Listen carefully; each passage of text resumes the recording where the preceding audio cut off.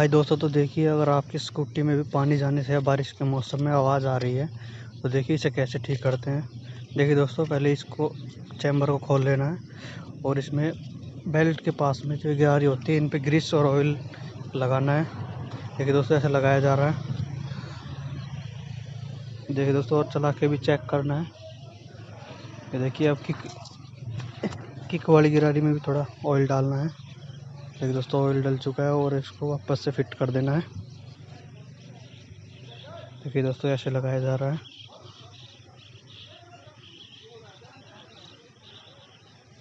तो नट पे भी थोड़ा सा ऑयल लगा लेना है ताकि ये जाम ना हो।